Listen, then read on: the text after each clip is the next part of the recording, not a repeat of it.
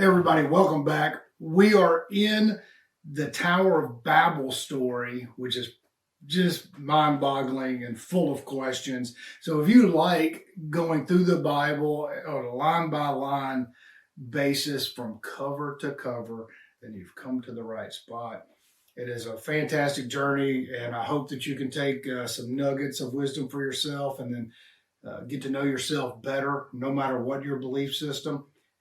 I believe the Bible is an important text to know because it influences so much of our lives, not only in the United States, but around the country. And in the Tower of Babel, the previous video, God doesn't seem pleased with his creations of these people building and engineering and doing really cool stuff. He doesn't seem happy with that. And so God, or Jehovah, it says in Genesis chapter 11, verse 7, that this specifically in the literal translation, it says, give help, let us go down and mingle their pronunciation, so that man doth not understand his companion. Who is the us? Like, who is Jehovah talking to? Are they angels? Are they his friends? Are they the many other gods that are mentioned in the Old Testament? It doesn't say. It just leaves you totally guessing.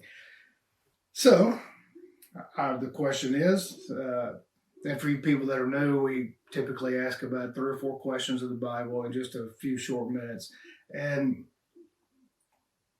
that is confusing. And the second one is, why is Jehovah wanting to cause hardship and then separation amongst people?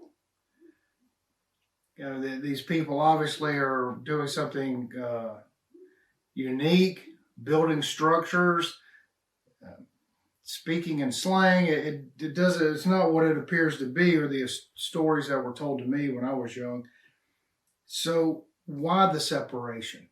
Is this document right here laying the groundwork for separating humankind and creating the destruction that we see all around us? And it doesn't say. He's just up there talking to somebody, wherever up there is, and says, hey, let's go down here and mingle their language so they cannot communicate. That seems like a problem.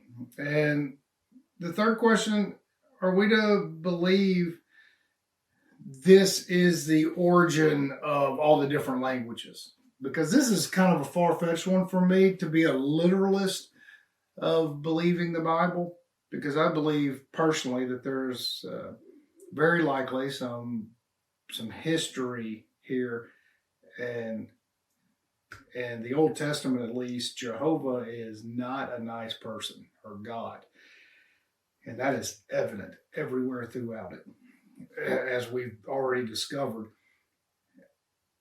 because there are languages and cultures all over the world at this time that we already know is true, like far beyond that, like Göbekli Tepe in Turkey. We know that far precedes the Bible, and that people were communicating in different ways way before this is believed to be written.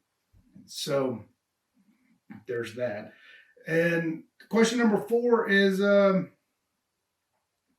why does Jehovah need help from his angels or his other gods or whoever he's talking to come down there to make these people separate? It's almost like he's showing off.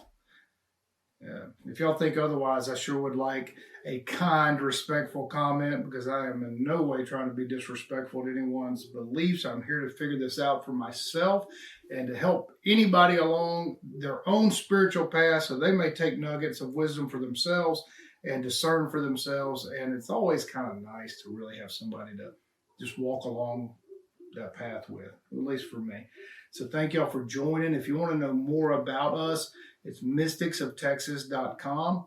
We get together every Sunday, and we get together throughout the weeks too, or throughout the week. And it's just a great thing. It's great to build relationships. It's better to learn the art of listening. It's better to find different ways of meditation and communicating with the divine in your individual way. And that's what we do out here. So thanks for joining us. We'll see you next time.